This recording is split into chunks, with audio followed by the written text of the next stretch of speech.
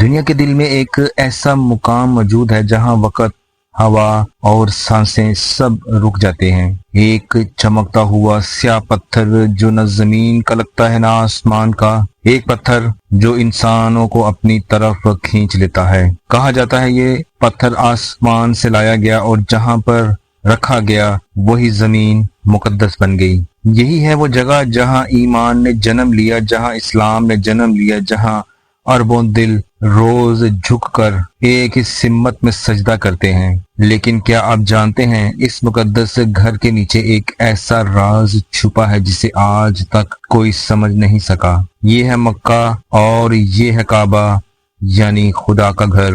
دوستو، مکہ مکرمہ یہ وہ شہر ہے جہاں دنیا کی سب سے بڑی مذہبی عمارتوں میں سے ایک مسجد الحرام واقع ہے۔ اس کے وسیع و عریض صحن کے درمیان کھڑا ہے ایک سنگ گراں سے بنا ہوا 40 فیٹ بلند چبوترا جسے کعبہ کہا جاتا ہے، یعنی اللہ تعالیٰ کا گھر۔ دنیا بھر میں تقریباً 2 ارب مسلمان دن میں 5 مرتبہ اسی مقدس مقام کی سمت رخ کر کر نماز ادا کرتے ہیں۔ یہی وہ سیاہ رنگ کا مقدس خانہ ہے جو اسلام کی سب سے پاکیزہ اور محترم علامت سمجھا جاتا ہے۔ لیکن سوال یہ ہے کہ آخر اس کی سمت میں ہی کیوں سجدہ کیا جاتا ہے؟ اس راز کا جواب چھپا ہے کعبے کے مشرقی کونے میں جڑی ہوئی ایک مقدس پتھر میں، جسے دنیا بھر کے مسلمان حجر اسود کے نام سے جانتے ہیں۔ اسلامی روایات کے مطابق یہ وہ پتھر ہے جو اللہ تعالیٰ کے حکم سے آسمان سے زمین پر اتارا گیا۔ کہا جاتا ہے کہ حضرت آدم علیہ السلام کے دور میں جب زمین پر پہلا گھر خدا کے لیے بنایا گیا تو یہی پتھر اس کی نشانی کے طور پر نصب کیا گیا۔ وقت کے ساتھ ساتھ جب طوفان نوح آیا تو یہ پتھر کھو گیا۔ بعد ازاں حضرت ابراہیم علیہ السلام اور ان کے بیٹے حضرت اسماعیل علیہ السلام نے جب مکہ میں اللہ کے لیے پہلا عبادت خانہ تعمیر کیا تو اسی جگہ پر یہ پتھر دوبارہ دریافت ہوا اور کعبہ کی دیوار میں نصب کیا گیا۔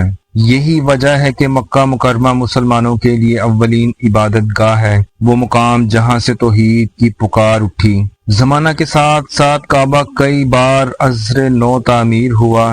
سن 605 عیسوی میں جب قریش کعبہ کی دیواریں دوبارہ بنا رہے تھے تو یہ بحث چھڑ گئی کہ حجر اسود کو دیوار میں کون نصب کرے گا۔ اسی موقع پر نبی کریم صلی اللہ علیہ وآلہ وسلم نے اپنے عدل اور تدبر سے جھگڑا ختم کیا۔ آپ صلی اللہ علیہ وآلہ وسلم نے پتھر کو ایک کپڑے میں رکھا، سب قبیلوں کے سرداروں سے کپڑا تھامنے کو کہا اور خود اپنے دست مبارک سے حجر اسود کو اس کی جگہ نصب فرمایا۔ یہی لمحہ تھا جس نے اس پتھر کو ہمیشہ کے لیے عظمت اور تقدس کی علامت بنا دیا۔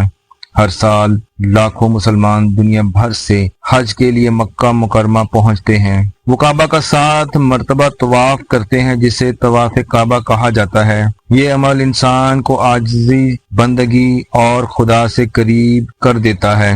حج کے دوران اگر ممکن ہو تو زائرین حجر اسود کو بوسہ دینے کی کوشش بھی کرتے ہیں۔ یہی عمل نبی کریم صلی اللہ علیہ وآلہ وسلم کی سنت ہے۔ اگر چومنا ممکن نہ ہو تو ہاتھ یا نظر سے اشارہ کیا جاتا ہے۔ یہ ایک ایسا لمحہ ہوتا ہے جو ایمان اور عقیدت کے عروج کی علامت بن جاتا ہے۔ صدیوں سے یہ پتھر لاکھوں دلوں کو اپنی طرف کھینچتا آیا ہے۔ ایسا محسوس ہوتا ہے کہ جیسے اس میں کوئی روحانی کشش ہے جو انسان کے دل کو اپنی جانب مائل کرتی ہے۔ کچھ ماہرین کا کہنا ہے کہ یہ پتھر اس دنیا کا نہیں بلکہ آسمان کا ہے۔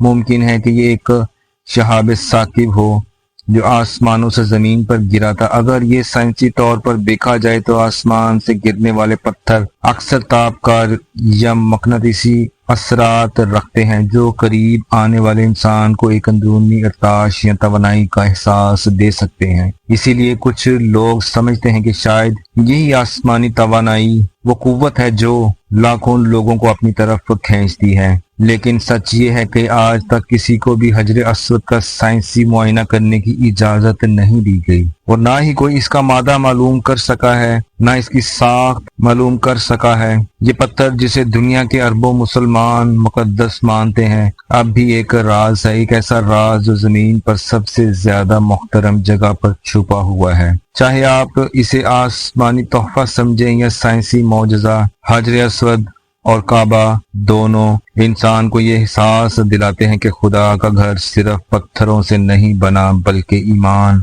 محبت اور عقیدت سے آباد ہے۔